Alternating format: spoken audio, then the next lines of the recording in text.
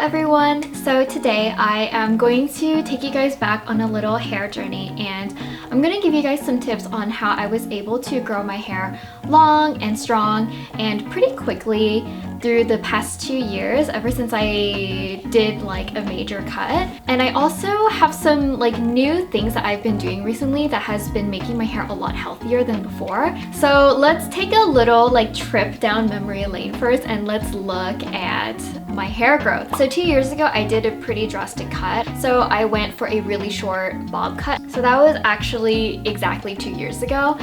So ever since then, since 2 years, I grew like this much hair. I feel like I should have like a ruler, but I don't. But I grew this much hair in 2 years. So let's talk about healthy hair first. So most people will grow about 1/4 of an inch to at max 1/2 inch of hair per month, and you're just going to be somewhere like along that spectrum, but like you're not going to grow like 1 inch of hair per month. Like I just don't think that's possible, and I feel like if someone's trying to like sell that idea to you, it's probably sadly not true. But there are things that you can do to keep your hair really healthy so that it does continue to like maintain fast growth. So you want to prevent having split ends, and you also want to prevent having breakage like literally anywhere else. So the first thing I want to talk about is getting trims, and I feel like this is like an opinion that differs between different people. Personally speaking, I don't like to get trims, and I feel like maybe that's a little like maybe it's a little controversial. So besides those occasions where your hair is so damaged you have no choice, instead of like focusing on just like getting trims as a way to make your hair grow longer, I think most of the energy should be focused on preventing split ends from happening at all.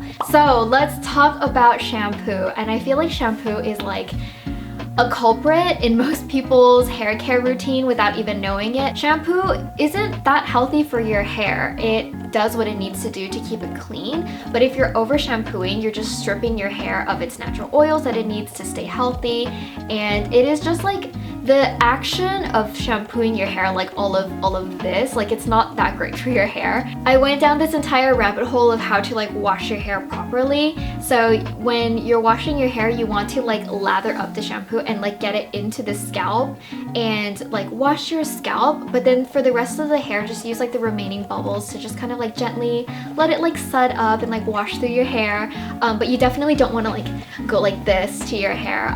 Just basically try to minimize the amount of like mechanical friction and movement to the rest of your hair, because that does cause breakage, because hair is very gentle when it's wet, so you have to be gentle in order not to break it. Also, I do want to say that it is very important that you use the right shampoo for your hair. Because I have chemically treated hair, I have to use very gentle shampoo, and I switched to a shampoo that had stronger sulfates. Sulfates are what cleans your hair in shampoos, but it is also harsher on your hair, so it led to a lot of breakage, and I was really sad. But I learned a lesson. So ideally, I would recommend trying to shampoo twice a week, and in between, if your hair is getting like really gross, just touch up with some dry shampoo. And I actually have a new favorite dry shampoo. This is the Detox Dry Shampoo from Dry Bar. It is expensive, but I have tried other like inexpensive brands before, but it leaves my hair feeling like kind of crunchy almost, and I feel like when my hair was crunchy from my dry shampoo, it was like more brittle, and so I did see a little bit of breakage from my dry shampoo. Like, I don't know if I was imagining it, but it wasn't a great time. Also afterwards, this is a new part of my hair care routine, which has been keeping it so much more like healthy. It's such like a small thing that I don't know why I never did this, but my friend Fernanda started her YouTube channel, and I saw her keep her beautifully long bleached hair healthy, and I was like, oh shit, I need to get one of these. So she recommended using a microfiber hair towel, and this one is from Yes Style, and I have a couple of them. It might be a little bit orange because of my current hair dye, but basically when your hair is wet, like right out of the shower, just like lightly squeeze out the water, but like don't use a towel, no matter how soft, no matter how high quality, don't use a towel to dry your hair. Like the motion of going like this a lot, especially when your hair is already wet, it's just going to like break.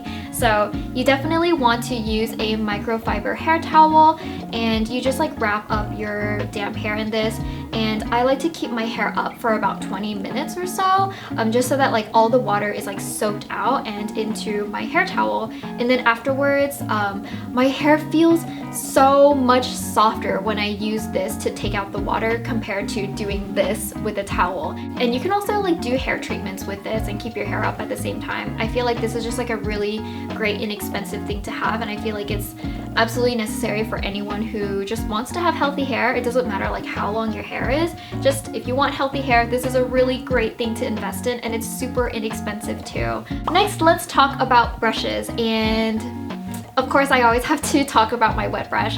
I always talk about this wet brush because this is a very gentle comb. I feel like combs are another big culprit in breaking your hair. There's actually a method to combing your hair, and the wet brush is great because you can use it on wet or dry hair, like that's how gentle it is. So the method for combing your hair properly without breakage is to always start at the bottom, because if you start at the top, if there's knots, you're just going to pull down all the knots until it gets down here and it just creates like a big mess.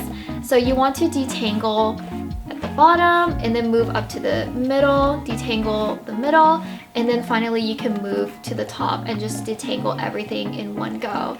So man, I feel like when I didn't know how to brush my hair properly, I was causing so much damage. If you just like pull everything, you can actually hear your hair like snapping, and it's like horrible. Then I also want to talk about a pillowcase. I feel like you just have to think ahead of the game and think anything that your hair is touching, what could possibly like damage your hair. And a pillowcase is also one of the things that could actually be damaging your hair. So I have been sleeping on a silk pillowcase for the past like, I don't know, like 4 years maybe, and I love it. Like not only is it like just like softer and more gentle on my skin for my face, it also does great things for my hair because I'm the kind of person who goes like this when I sleep, and so I'll see a lot of breakage right in the back because that is where the contact and the friction is happening. And for a long time I would just have this like piece of hair that was always short. So I switched to a silk pillowcase. I have it right here actually. So this is my king-sized pillow. I'm very like proud of it. This is like my best friend. So this is a very, very nice silk pillowcase. I don't exactly remember where it's from, but I'll put it up. So just having a silk pillowcase just increases the slip and reduces friction between your hair and your pillow when you're sleeping. I feel like this step isn't necessary for all people. If you have like nice, strong, healthy virgin hair, then maybe this step isn't necessary for you. But if you have brittle hair or if you have like chemically treated hair, I think that this is definitely a necessary step. And then let's talk about like drying your hair and also using heat tools, because everybody knows this by now, heat styling your hair is really not great. So if you absolutely must heat dry your hair, just be sure to use like some sort of heat protection. So I recently bought a couple of heat protection sprays just to, you know, kind of splurge and to treat myself. So I have this one from Wei. I'm not sure if that's how you pronounce it. Just basically, if you have any sort of heat protection on your hair, instead of burning your hair, it'll burn the product away first. So there's just always like a layer between the heat styling tool and your hair, and therefore there will be less damage caused by heat.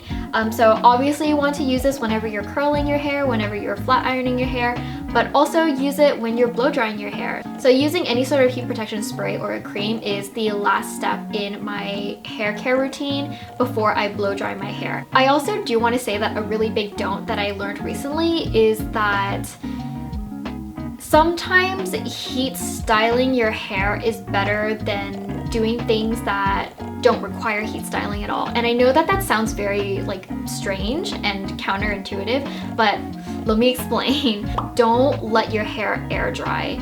I know that like in an ideal world, it's great if you can just let your hair air dry, but realistically speaking, air drying your hair just takes way too long, and in that time you're just going to be moving around, you're going to be doing stuff, and I feel like your hair is just going to get damaged in that time frame, especially if you do it very often. So I know I can't trust myself, especially for someone with chemically treated hair. Your hair is more porous, so it takes much longer to dry because it's holding in all of that water. So my hair at this length takes 6 hours to completely dry, and if you just think in that time frame, in those 6 hours, what are you doing to your hair when it's already weakened by being wet? Like, what are you doing to it that can cause it to break? And I mean, just like changing your clothes or like just laying down on your pillow for a second, like those are all things that you're doing to your hair that could cause it potential damage.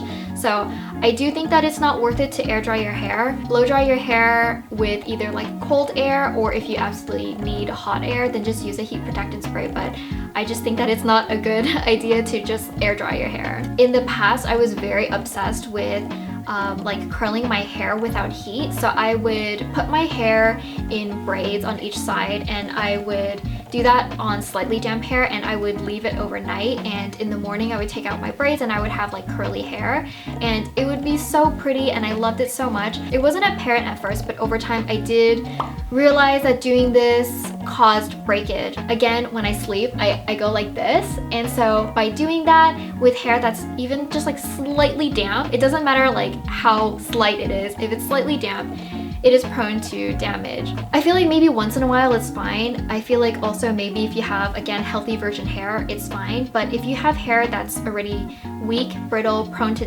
breakage, and especially on chemically treated hair like myself, don't do that. I really do believe that it's better to like style your hair with heat while using a heat protection than to style your hair with no heat but on slightly damp hair overnight, because like I did experience a lot of breakage in the back because of that. And then I want to quickly talk about supplements and vitamins. So I do really like supplements and vitamins. One thing to keep in mind is that if your body is already healthy and if you're already having like the perfect balanced diet and you're getting all of your vitamins and nutrients through the foods that you should be eating, then you don't need to be taking any additional vitamins or supplements, because your body cannot take extra vitamins. If your body is getting what it needs, giving it extra vitamins in the form of supplements, your body is just going to like expel it. Like, it's not going to take it in, and it's not going to like utilize that extra vitamin, because your body can only take in so much. So just be aware of what your body is actually missing rather than trying to just like give it a bunch of extra stuff.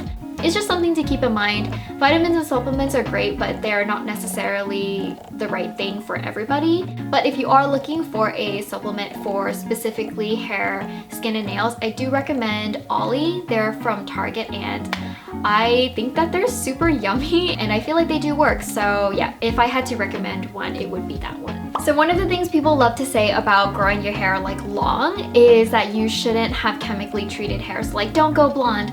But I really do believe that this is not true. I feel like as long as you have a great place to go to and you have like great formulas and you take intensely good care of your hair, I do believe that it's possible to have like platinum blonde hair that you grow long yourself.